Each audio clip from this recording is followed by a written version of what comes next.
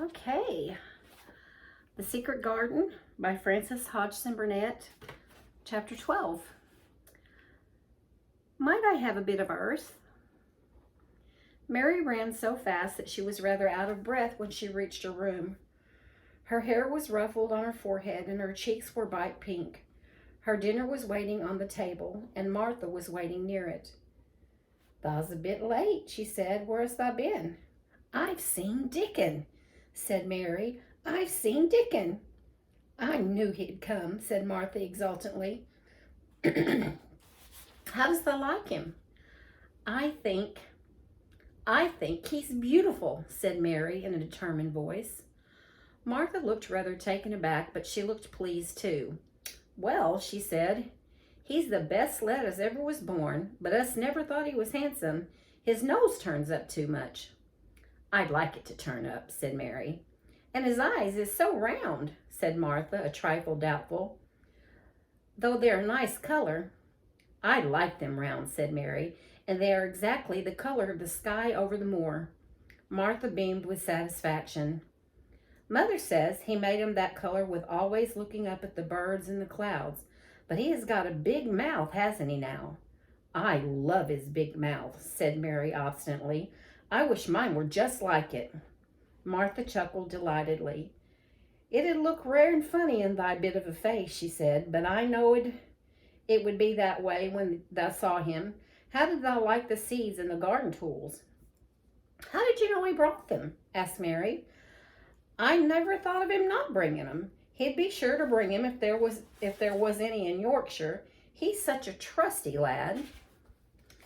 Mary was afraid that she might begin to ask difficult questions, but she did not. She was very much interested in the seeds and gardening tools, and there was only one moment when Mary was frightened. This was when she began to ask where the flowers were to be planted. "Who did thou ask about it?" she inquired. "I haven't asked anybody yet," said Mary, hesitating. "Well, I wouldn't ask the head gardener. He's too grand, Mr. Roach is." "I've never even seen him," said Mary. "I've only seen under gardeners and Ben Weatherstaff." "If I was you, I'd ask Ben Weatherstaff," advised Martha. "He's not half as bad as he looks, for all he's so crabbed.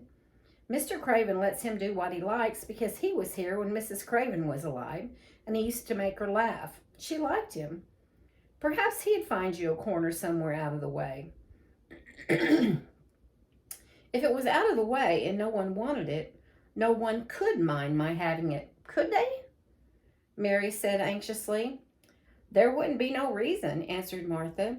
"You wouldn't do no harm." Mary ate her dinner as quickly as she could, and when she rose from the table, she was going to run to her room to put on her hat again, but Martha stopped her. "I've got something to tell you," she said. "I thought I'd let you eat your dinner first. Mr. Craven came back this morning, and I think he wants to see you." Mary turned quite pale. "Oh," she said. "Why? He didn't want to see me when I came." "I heard Pitcher say that he didn't." "Well," explained Martha, "Mrs. Medlock says it's because of my mother. She was walking to Thwaite Village and she met him. She'd never spoke to him before, but Mrs. Craven had been to our cottage 2 or 3 times. He'd forgot, but Mother hadn't, and she made bold to stop him. I don't know what she said to him about you, but she said something as put him in the mind to see you before he goes away again tomorrow." "Oh," cried Mary, "is he going away tomorrow? I am so glad." "He's going for a long time. He mayn't come back until autumn or winter. He's going to travel to foreign places. He's always doing it." "Oh, I am so glad, said Mary thankfully. If he did not come back until winter or even autumn, there would be time to watch the secret garden come alive. Even if he found out then and took it away from her, she would have had that much at least." "When do you think he will want to see—" She did not finish the sentence because the door opened and Mrs. Medlock walked in. She had on her best black dress and cap, and her collar was fastened with a large brooch with a picture of a man's face on it. It was a colored photograph of Mr. Medlock, who had died years ago, and she always wore it when she was dressed up. She looked nervous and excited. "Your hair's rough," she said quickly. "Go and brush it, Martha. Help her to slip on her best dress. Mr. Craven sent me to bring her to him in the study." All the pink left Mary's cheeks. Her heart began to thump, and she felt herself changing into a stiff, plain, silent child again. She did not even answer Mrs. Medlock, but turned and walked into her bedroom, followed by Martha. She said nothing while her dress was changed and her hair brushed, and after she was quite tidy, she followed Mrs. Medlock down the corridors in silence. What was there for her to say? She was obliged to go and see Mr. Craven, and he would not like her, and she would not like him. She knew what he would think of her. She was taken to a part of the house she had not been into before. At last Mrs. Medlock knocked at the door, and when someone said, "Come in," they entered the room together. A man was sitting in an armchair before the fire, and Mrs. Medlock spoke to him. "This is Miss Mary, sir," she said. "You can go and leave her here. I will ring for you when I want you to take her away," said Mr. Craven. When she went out and closed the door, Mary could only stand waiting, a plain little thing, twisting her thin hands together.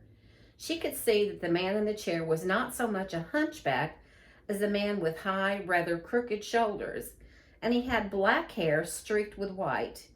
He turned his head over his high shoulders and spoke to her. "Come here," he said. Mary went to him. He was not ugly.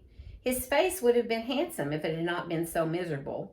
He looked as if the sight of her worried and fretted him, and as if he did not know what in the world to do with her. "Are you well?" he asked. "Yes," answered Mary. "Do they take good care of you here?" "Yes." He rubbed his forehead fretfully as he looked her over. "You're very thin," he said. "I'm getting fatter," Mary answered in what she knew was her stiffest way. What an unhappy face he had. His black eyes seemed as if they scarcely saw her, as if they were seeing something else, and he could hardly keep his thoughts upon her. "I forgot you," he said. "How could I remember you? I intended to send you a governess or a nurse or someone of that sort, but I forgot." "Please," began Mary. "Please." And then the lump in her throat choked her. "What do you want to say?" he inquired. I am too big for a nurse," said Mary. "And please, please don't make me have a governess yet." He rubbed his forehead again and stared at her. "That was what the Sowerby woman said," he muttered absent-mindedly. Then Mary gathered a scrap of courage. Is she Martha's mother?" she stammered. "Yes, I think so," he replied. "She knows about children," said Mary. "She has 12. She knows." He seemed aroused to himself. "Well, what do you want to do?" "I want to play out of doors," Mary answered, hoping that her voice did not tremble. "I never liked it in India. It makes me hungry here, and I'm getting fatter." He was watching her. "Mrs. Sowerby said it would do you good. Perhaps it will. She thought you had better get stronger before you had a governess."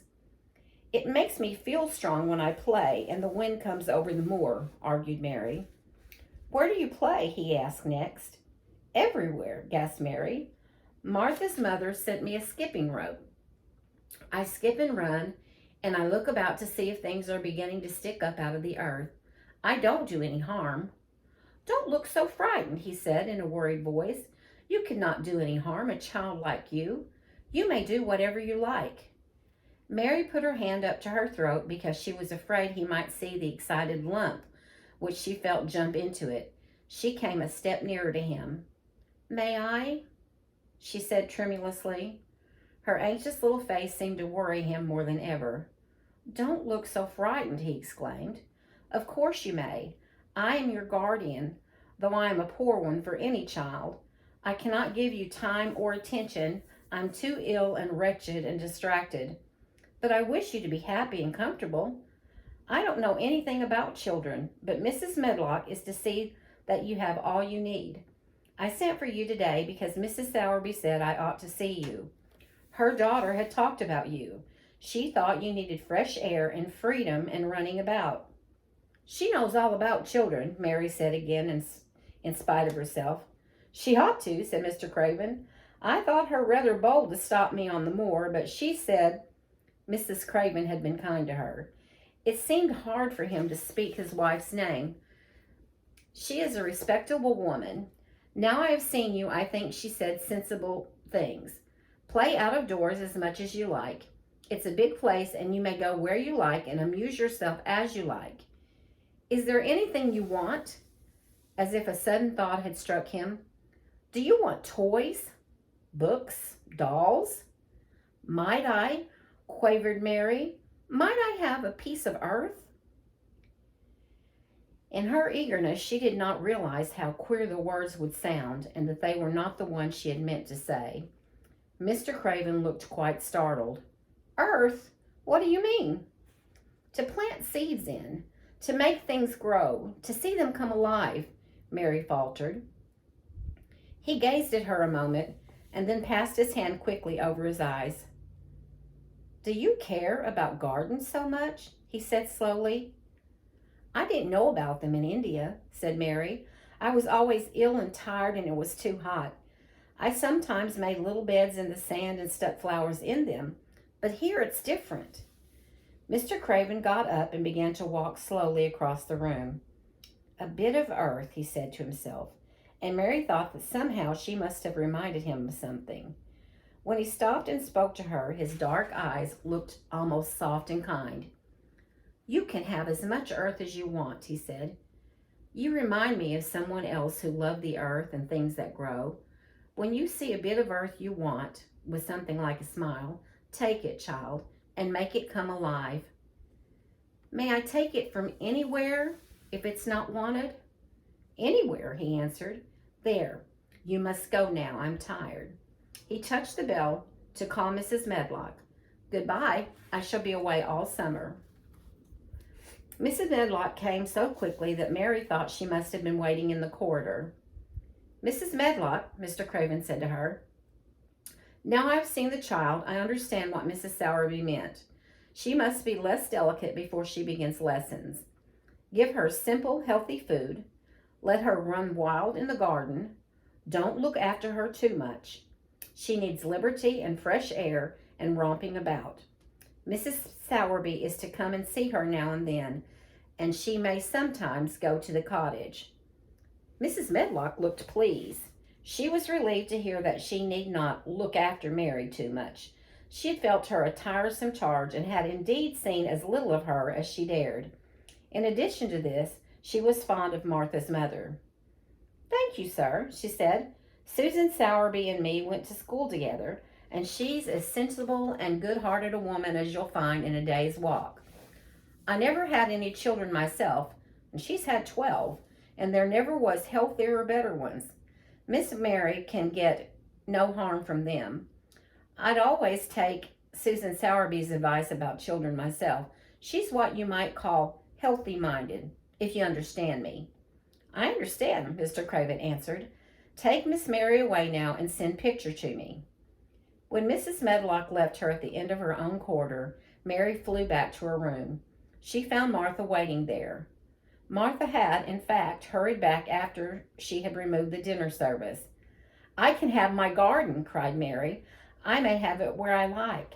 I'm not going to have a governess for a long time. Your mother is coming to see me, and I may go to your cottage. He says a little girl like me could not do any harm, and I may do what I like, anywhere. Eh, said Martha delightedly. That was nice of him, wasn't it? Martha, said Mary solemnly, he is really a nice man, only his face is so miserable, and his forehead is all drawn together. She ran as quickly as she could to the garden.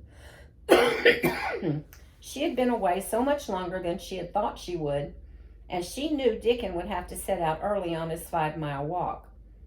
When she slipped through the door under the ivy, she saw he was not working where she had left him. The gardening tools were laid together under a tree. She ran to them, looking all around the place, but there was no Dickon to be seen. He had gone away, and the secret garden was empty, except for the robin who had just flown across the wall and sat on a standard rose bush watching her. "He's gone," she said woefully. "Oh, was he only a wood fairy?" Something white fastened to the standard rose bush caught her eye. It was a piece of paper. In fact, it was a piece of the letter she had printed for Martha to send to Dickon. It was fastened on the bush with a long thorn, and in a minute she knew Dickon had left it there.